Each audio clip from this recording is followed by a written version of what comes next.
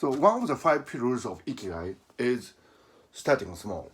This is very important because too many people aspire to really big dreams from the beginning, and what happens to them is that because you're aspiring for such a big thing, your starting maneuvers, your first steps seem almost trivial, and that discourages many people from taking that small step.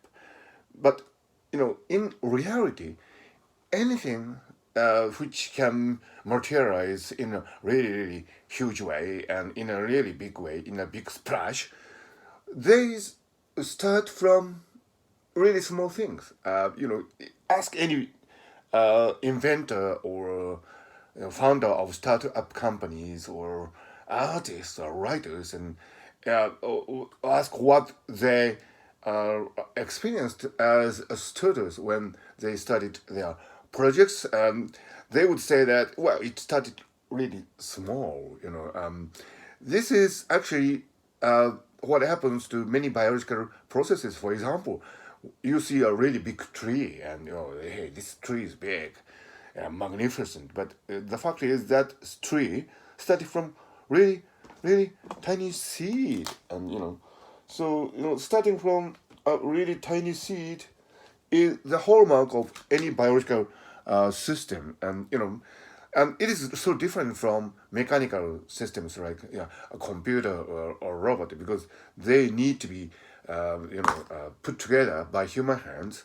So it's not an autonomous process, and you really have to have a big, definite grand plan in order to manufacture a computer or a robot. Otherwise, you cannot do it. But with biological processes, starting small from a really tiny seed is the name of the game. So when you have ikigai, your ikigai, and you strive to do something really valuable in life, that's great. But remember, you really need to start small, and that's the only way actually.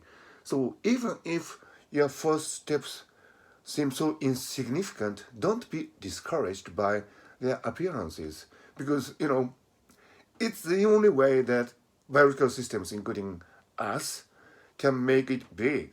And you can make it big by starting small from this really tiny seed. So where's your seed? That's my question.